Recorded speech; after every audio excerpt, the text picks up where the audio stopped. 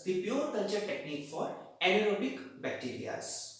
As we know that the anaerobic bacteria are those bacteria which do not require oxygen for their growth. And it has also been observed that if the oxygen is available, the growth of these category of the bacteria reduces. So if we have to perform a protocol, an experiment for the obtainance of the pure culture of anaerobic bacteria, then definitely we have to take care that during the procedure or during performing the experiment in the laboratory, the presence of oxygen should be inhibited. So, for performing this pure culture technique of anaerobic bacteria, two methods are prescribed. Number one is a dilution shake culture method and number two is a roll tube method. So, one by one we will discuss these two methods, that is the dilution shake culture method and roll tube method. So first let us discuss about the dilution shake culture method. It is again a very easy and convenient method for the obtainance of anaerobic bacteria, and with the help of this pictorial representation, we'll see how this procedure is performed in the laboratory. So as you can see in this figure, initially we need some original inoculum. Definitely it is a type of an inoculum that consists of the mixed population of a bacteria, or it is a mixed culture.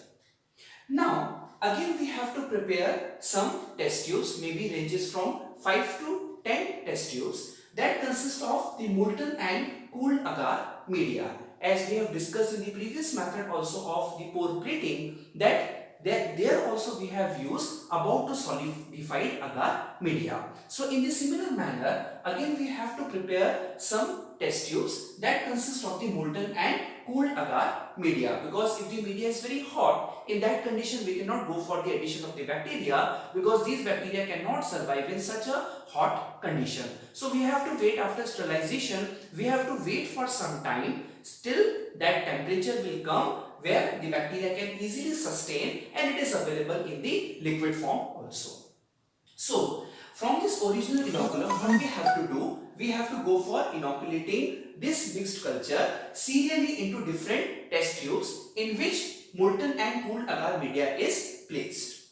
This procedure is almost similar to as that of the pore plating method that we have performed for the aerobic bacteria.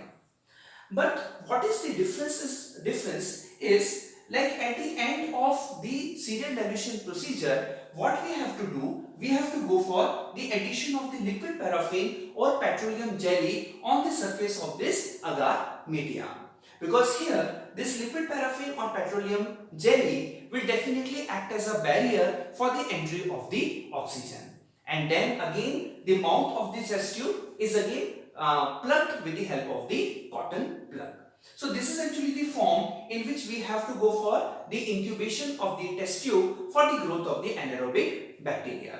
So again what we can find that since the oxygen is not able to introduce into the culture media, then definitely only the aerobic bacteria can survive, because if the oxygen will be available, we can find the growth of the aerobic as well as some of the anaerobic bacteria. But since what we have done, we have added this liquid paraffin or petroleum jelly on the surface of this culture media, then definitely the oxygen cannot enter inside the culture media and only the anaerobic growth of the bacteria will be observed. And since the same type of arrangement is done for all the test tubes, then definitely with the increase in the dilution factor or with the increase in the dilution of the culture media, then what we will find that at the end of the tube, only the diluted form, only the bacteria which are well separated from each other will be multiplied in the anaerobic condition by using this dilution shake culture method. Now coming to the next method, which is called as a roll tube method, which is again a very interesting and common method which is adopted for the growth of this anaerobic microorganism for the obtainance of the pure culture. So again with the help of this diagram, we will understand how the roll tube method is actually performed in the laboratory. So step number 1 is initially we again need a molten agar, but that molten agar we have added some of the chemicals that can remove the dissolved oxygen, because if the oxygen is available in the dissolved form also, then again it will hinder the growth of the anaerobic bacteria. So first of all we have to prepare the molten agar and some chemicals are added that actually removes the dissolved oxygen from this molten agar. In the next step, what we have to do, we have to seal the tube with the help of the rubber stopper. So this culture media which is actually free from the oxygen is again sealed with the help of the rubber stopper. So that this rubber stopper will actually again act as a barrier for the entry of the oxygen.